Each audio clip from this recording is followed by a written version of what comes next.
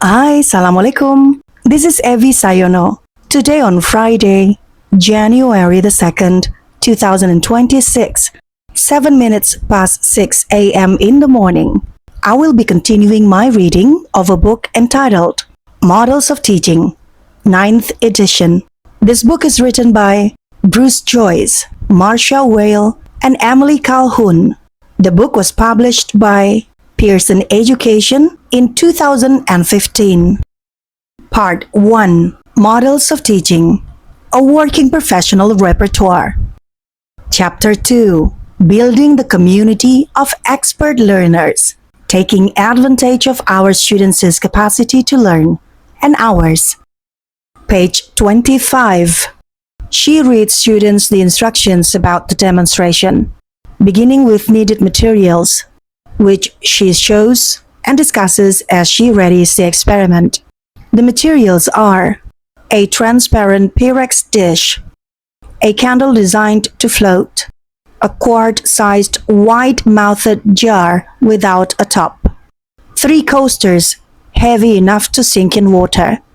Then, Jackie pours water into the dish to a level of about 1.5 inches, puts the coasters on the bottom of the dish, places the candle on the water, and lights it.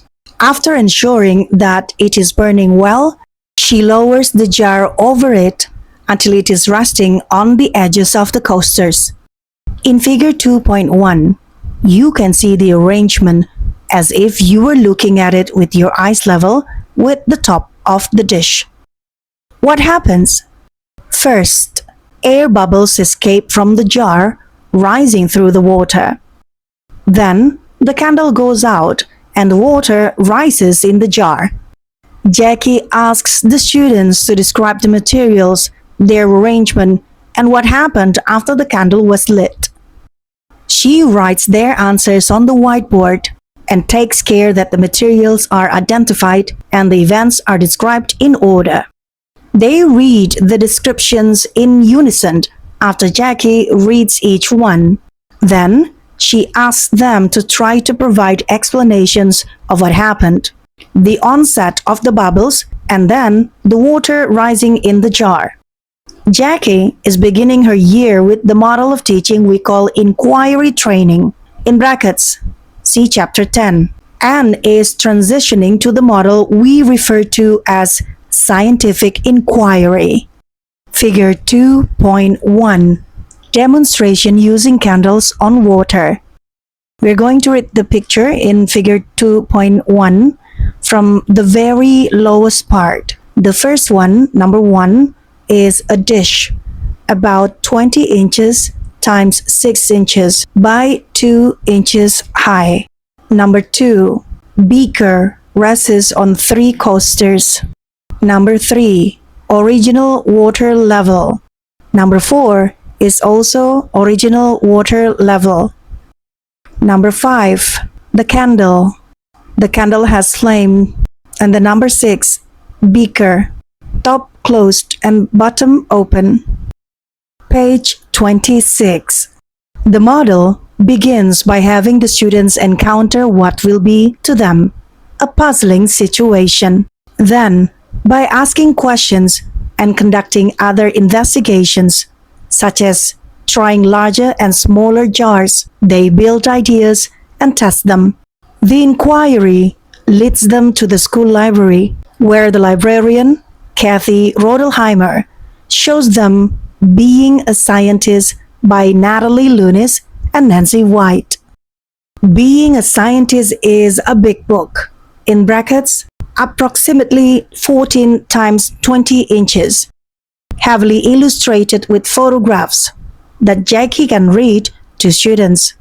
When she reads the book, she asks her students to describe what they see in the lavish photographs that accompany the text. She also notes on the interactive whiteboard some words they would like to learn to read, including you, yes, and scientist. She spells them as she prints them on the board and asks the children to spell them by repeating after her. After each page, She also asked the students to dictate a summary or provide an answer to a question posed in the text. She writes these on the board, reading aloud what she writes. For example, one picture discusses the concept of measuring. On the next page, the photo shows a girl mixing ingredients for a cake and using a beaker to measure flour. The text asks how the young woman can find out how much flour she needs. In brackets, Lunis and White, 1999. The inquiry leads to what we call the Great New Global Library, the information and ideas indexed on the web.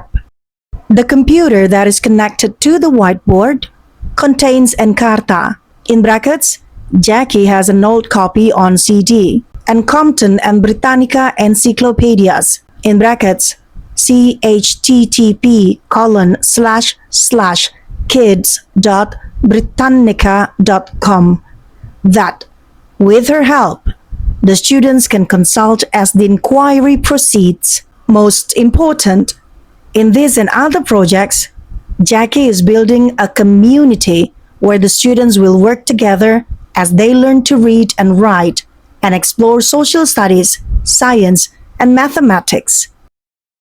How does the Candle project fit with the spirit of the new core curriculum standards? The science standards suggest that students learn content in such a way that they experience and learn how knowledge is generated. The science core is also unified by continuous hands-on experience. All students, K-12, should conduct investigations in the sciences and participate in projects where the methods and concepts of the sciences are employed. The experiential learning provides the concrete ground for understanding more complex and abstract principles as they are encountered, as well as the application to aspects of life that are within reach. The investigative frame of reference is a lifelong outcome. The Common Core State Standards for English, Language Arts, and Literacy stress literacy in the sciences.